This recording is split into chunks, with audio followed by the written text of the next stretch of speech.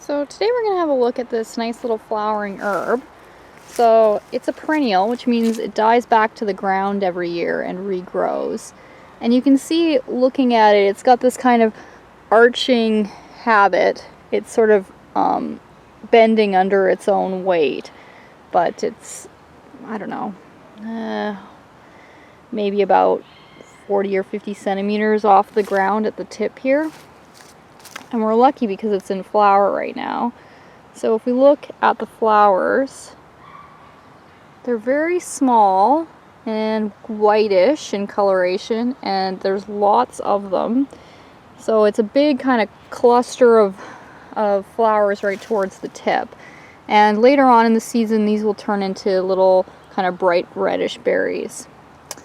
If we look at the leaves, we can see that they're alternating at the stem, and that they have this strong parallel leaf vein orientation. So you can see there's these really big, strong leaf veins that run parallel to each other. So that's a characteristic typical of the lily family.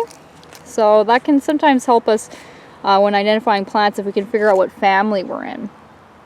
So there's a few other plants that look similar to this in the Pacific Northwest, but the flowers and the berries are different. So what we're looking at here is a false Solomon seal, or Smilacina racemosa, but there are a few other herbs that look similar.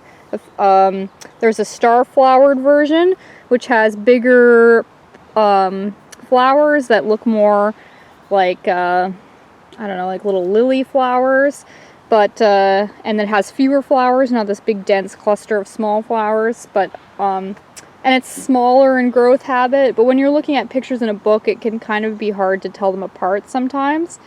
So yeah, the clusters at the end of the branch, some of the other lily families will flower a flower at each kind of leaf junction. So that's important to look at traits like that.